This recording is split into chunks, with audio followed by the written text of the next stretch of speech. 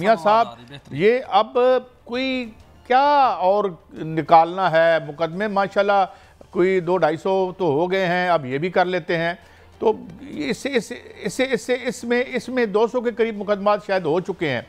तो इसमें से अब क्या निकलता आपको नज़र आता है? कोई इसका लॉजिकल एंड नज़र नहीं आ रहा। There is no light at the end of the tunnel जिसे कहते हैं। तो पहले तो आप ये बताएं कि ये इरादे क्या हैं, इंटेंशंस क्या हैं, और फिर हम बात करेंगे कि इससे निकलना क्या है। जी मियां साहब।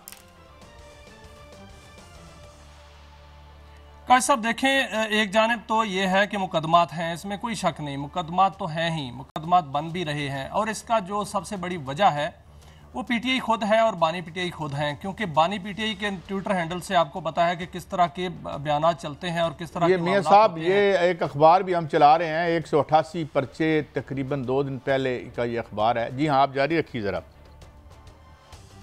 तो उसमें सर देखें, उसमें ये जो सारा कुछ हो रहा है, तो उसमें जो है वो सारा FIA कोई केस किया था कुछ दिन पहले, आपको पता है काजी साहब, कि एक ट्विटर पर एक पैगाम ऐसा वायरल हुआ और वो रियासत मुखालफ भी था, रियासती इदारों के मुखालफ भी था और रियासत लोगों को उकसाने के मुतरादिफ भी था। तो उस पर जो है FIA ने एक पूरी इंक्वायरी की है और इंक्वायरी करने के बाद मुकम्मल तौर पे अब जो फैसला जो किया गया है, वजारत दाखिला को इंक्वायरी भिजवा दी गई है, साइबर क्राइम की इंक्वायरी, और उसमें ये कहा गया है कि एक बगावत का मुकदमा दर्ज किया जा सकता है।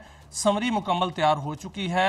पाकिस्तान पेनल कोड के सेक्शन 5 और 6A के तहत ये मुकदमा जो है वो दर्ज किए जाने की तजवीज़ है। अगर ये फ़र्ज़ करें मुकदमा दर्ज हो जाता है और वफाकी काबीना इसकी मंजूरी दे देती है, तो इसकी सज़ा का हिस्सा पता क्या है? इसकी सज़ा जो है वो उम्र कैद है और सज़ाए मौत है।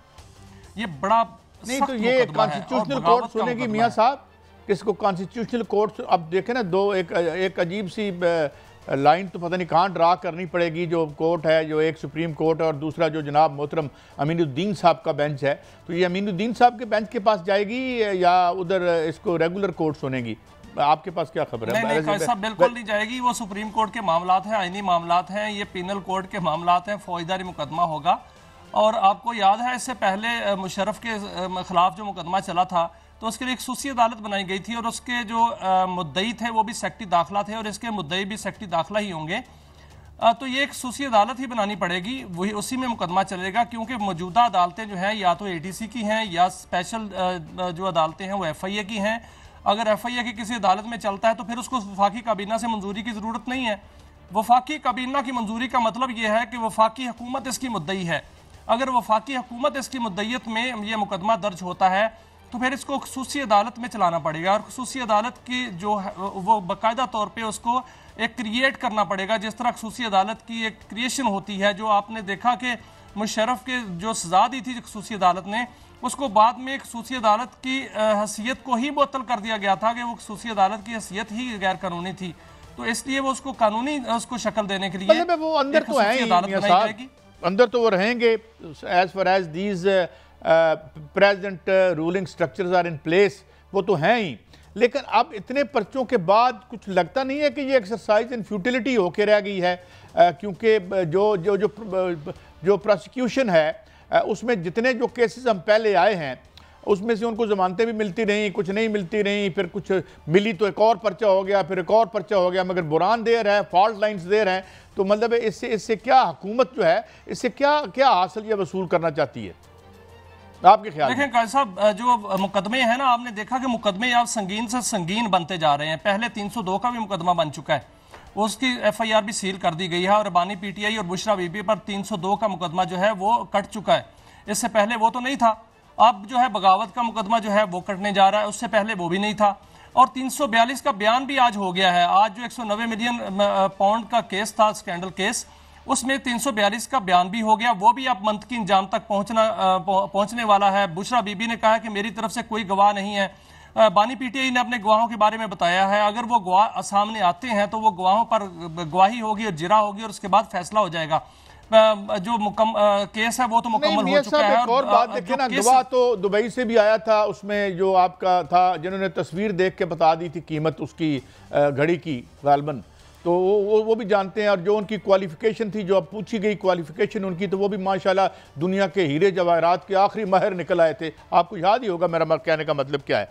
तो अब जो है इसमें भी जो है वो क्योंकि दूसरी समत में अगर जो भी गवर्नमेंट अचीव करना चाहती है उधर से, तो जिस तरह इधर से किसी किस्म की कोई एक कदम पीछे हटने की कोई हमें निशानी नज़र नहीं आ रही, इसी तरह दूसरी समत में भी जो बानी पीटीआई हैं वो भी कहते हैं भाई जो करना यही लग रहा है, और मुल्क जो है वो इस स्टेलमेट में फंसा हुआ है।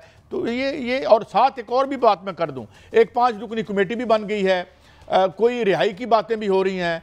फैसल वावड़ा साहब जिनका एक ख़ास पस मंज़र है, वो ये कहते नज़र भी आते हैं कि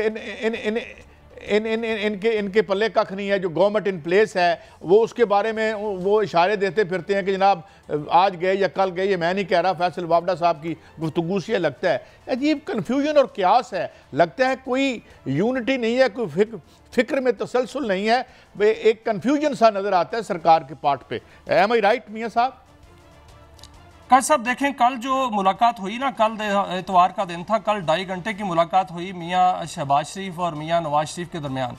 उसमें बहुत सी चीज़ें तय पाई हैं और आज आपने देखा कि हुकूमत जो है वो सामने आई है। पहले ये कहा जा रहा था और बड़ी शिद्दत से कहा जा रहा था कि हुकूमत ने इदारों को अकेला छोड़ दिया है, इदारों से काम तो लिया जा रहा है लेकिन डिफेंड नहीं किया जा रहा, और जो दूसरी जानिब से इंतशार या एहतजाज या जो भी कानून की खिलाफ वर्जियाँ हो रही हैं, फेक न्यूज़ आ रही है, उस हवाले से डिफेंड नहीं किया जा रहा हुकूमत की जानिब से, और बहुत ज़्यादा जो है वो तनकीद का निशाना भी बन रही थी हुकूमत, और नाराज़गी भी अरूज पर पहुंच चुकी थी। और एक बड़ा जो इजलास हुआ था उसमें भी ये चीज़ जो है ज़ेर बहस आई थी और उसमें भी क्वेश्चन हुए थे कि हुकूमत किधर है, क्योंकि पूरा सिनेरियो में हुकूमत कहीं नज़र नहीं आ रही थी।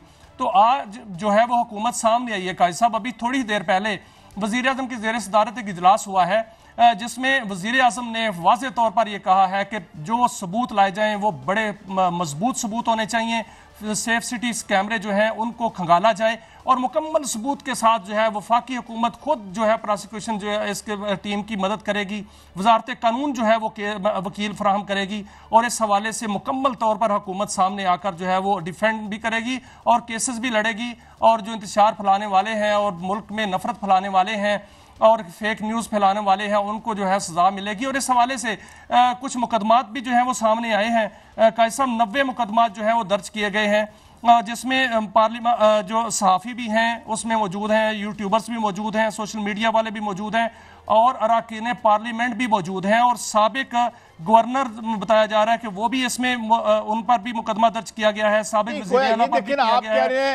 प्राइम मिनिस्टर साहब ये कह रहे हैं कि जी आप बड़े अच्छे सबूत हम लेके आएंगे, बड़े सख्त बड़े अच्छे कोजेंट जो है वो और बड़े ट्रांसपेरेंट सबूत। इसका मतलब है अब तक जो होता रहा वहाँ ये तो फिर पहले नहीं हो रहा था, और वे ये जो एक मैसेज आया था चंद दिन पहले एक मीटिंग हुई थी, तो इसका मतलब ये है कि कोई सीरियसली नहीं अब तक ले रहा था कि इन केसेस में जो सिर्फ पर्चे दर्ज करते रहना है, लेकिन जो है वो इनफेक्टिव किस्म की जो है उसकी कार्रवाई होगी। क्योंकि गोया अब अगर ख्याल आया 2.5 साल बाद कि यार अच्छे सबूत लेके आए, अच्छे वकील करें, तो अब तक हम वेले ही बैठे रहे हैं। लेकिन काजी साहब इस पे 2 चीजें जो है वो सामने आई हैं। एक तो जो कहा जाता था कि अदालतें रिलीफ दे रही हैं, अदालतें रिलीफ नहीं दे रही थी, हमारे पास सबूत नहीं थे, वो चीज साबित हो गई। सबूत हमारे पास ऐसे थे कि वो वहां पर हम डिफेंड नहीं कर पाते थे, और वहां पर जो है वो जो वकला हैं दिफाई वकला वो दिफा नहीं कर पाते थे और रिलीफ मिल रहा था।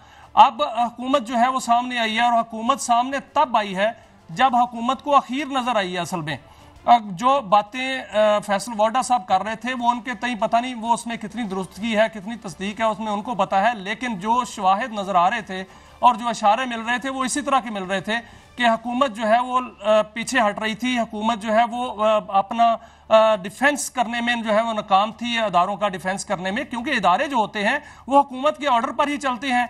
एक जानिब जो है वो आपने एहतजाज को रोकना है। ये जो तफ्तीश थी इससे पहले, वो इसका मतलब फिर जो अब तक जिस तरीके से जमानतें होती रहीं, तो इसका मतलब ये है कि जो तफ्तीश करने वाले इदारे थे जो ज़ाहिर है सिविलियन गवर्नमेंट के अंडर होते हैं, वो फिर या तो जो है गवर्नमेंट से तामुन नहीं कर रहे थे, वो चाह नहीं रहे थे कि एक मुअस्सर किस्म की एक मुकदमे बने, या उनके पास उनके पल्ले कख नहीं था, कोई एक बात तो होगी इन दोनों में से। असल में कल साहब ऑनरशिप नहीं थी, असल में हुकूमत की जानिब से ऑनरशिप नहीं थी। जब हुकूमत की जानिब से ऑनरशिप ना हो तो एक आईजी, एक डीआईजी, एक एसपी वो क्या करेगा? वो तो अपनी नौकरी क्या गवाएगा? क्या वहां से जो है वो उसको चार्जशीट कर दिया जाएगा, अदालत में उस पर तौहीन अदालत के केसेस बनेंगे।